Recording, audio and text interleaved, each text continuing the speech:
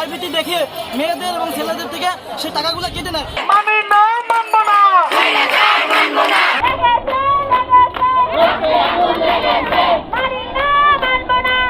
Bagerhat nursing ইনস্টিটিউটের অনেকগুলো অন্যায়, অত্যাচার, দুর্নীতি, চাঁদাবাজি ইত্যাদি দাবিতে আমরা আজ সমস্ত শিক্ষার্থী ক্যাম্পাস ছেড়ে সবাই প্রেস ক্লাবের সামনে অবস্থান করতেছি।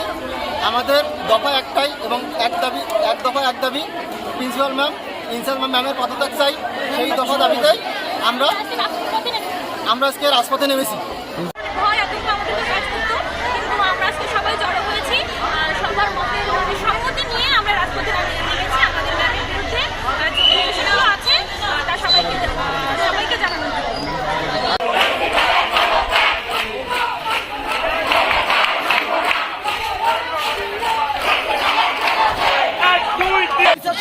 তার মধ্যে অন্যতম হচ্ছে আমাদের সরকার যে নির্দিষ্ট একটা ভাতা দেয়, সেই ভাতাগুলো সে বিভিন্ন ভয়ভীতি দেখিয়ে মেয়েদের এবং ছেলেদের থেকে সেই টাকাগুলো কেটে নেয় এবং সে এও বলে যে এই টাকাগুলো বিএনএমসি থেকে ফেরত যায়। আমরা বিভিন্ন ইনস্টিটিউট থেকে খোঁজ নিয়ে দেখেছি, কোনোভাবে অন্যায়ভাবে কোনো জায়গা থেকে টাকা কাটে না, একটু ভয় দেখাইলেও কোনো টাকা কাটে না, কিন্তু সে আমাদের টাকাগুলো বিএনএমসির কাছে ফেরত যায়।